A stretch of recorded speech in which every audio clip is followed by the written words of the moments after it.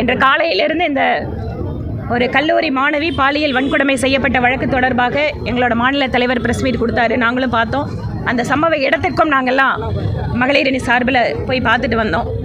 இன்று அதற்காக இந்த சம்பவத்தை கண்டித்து ஒரு பெரும் அதிர்வலைகளை இந்த பாலியல் வன்கொடுமை சம்பவம் ஏற்படுத்தி இருக்கிறது. ஏனென்றால் கோவையை பொறுத்தவரை ஒரு அமைதியான இடம் என்பது மட்டுமல்ல, பெண்களுக்கு மிகுந்த பாதுகாப்பான இடம் என்கின்ற நம்பிக்கை ஆண்டாண்டு காலமாக இந்த பகுதி மக்களுக்கு மட்டும் இல்ல, பெண் குழந்தைகளை இந்த ஊருக்கு அனுப்புபவர்களுக்கு கூட உண்டு. அப்படிப்பட்ட ஊரிலே இவ்வளவு ஒரு கொடுமையான சம்பவம் நடந்திருப்பது என்பது அதிர்ச்சிக்கு எங்களை உள்ளாக்கி இருக்கிறது.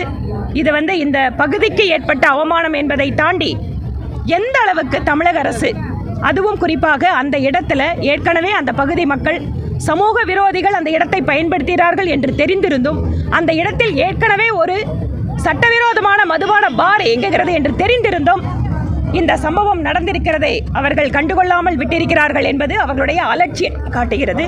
இன்று மகளிர் சார்பில் ஆர்ப்பாட்டம் பண்ணியிருக்கோம்.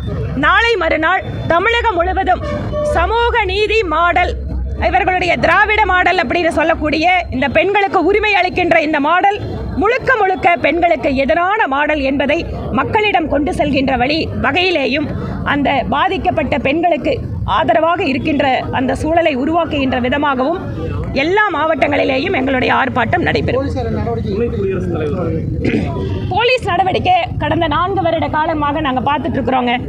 இந்த மாதிரி ரொம்ப ஒரு சென்சிட்டிவான விஷயம், ஒரு மக்கள் அதிகமாக அதிர்ச்சிக்குள்ளாகிற விஷயம் வந்துச்சுன்னா உடனடியாக யார் அவங்க அரெஸ்ட் பண்ணியிருக்காங்களோ அவங்க மேலே எந்த விசாரணை இல்லாமல் என்கவுண்டர்னு ஒரே வார்த்தையில் சொல்லி முடிச்சிடுறாங்க.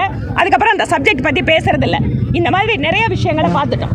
ஆனால் நாங்கள் எதிர்பார்க்கறது என்னென்னா, நீங்கள் ஒவ்வொரு வழக்கிலேயும் ஏதாவது ஒரு விஷயத்தில் என்கவுண்டர்னு சொல்லிட்டு விஷயத்தை மூடி மறைக்கிறதால தான் தொடர்ச்சியாக இந்த மாதிரி சம்பவங்கள் நடந்து கொண்டிருக்கிறது. தேவை என்ன? எங்கெல்லாம் குற்றம் நடப்பதற்கான வாய்ப்புகள் இருக்கிறதோ அதை தடுப்பதும், குற்றம் நடந்தால் சம்பந்தப்பட்ட உண்மையான குற்றவாளிகள் மீது கடுமையான நடவடிக்கை எடுப்பதும் தான் தீர்வாக இருக்க முடியும். இந்த சிட்டியில் ஏற்கனவே எந்தெந்த இடங்கள்ல சிசிடிவி இருக்கு, போலீஸோட பேட்ரோல் போயிட்டு இருக்கு, இதெல்லாம் இன்னைக்கு மக்களுக்கு ஒரு நம்பிக்கை அளிக்கக்கூடிய விதமாக இல்லை என்பதுதான் இந்த சம்பவம் தெரிவிக்கிறது. அதனால் காவல்துறை மூடி மறைக்கின்ற வேலையை விட்டுவிட்டு ஏதாவது ஒன்றை செய்து மக்களுடைய கவனத்தை திசை திருப்புவோம் என்பதை விட்டுவிட்டு இனிமேல் இந்த மாதிரியான விஷயங்கள், பெண்களுக்கு எதிரான கொடுமைகள் நடக்காமல் பாதுகாக்க வேண்டும் என்பதுதான் காவல்துறை கிட்ட எங்களோட கோரிக்கை.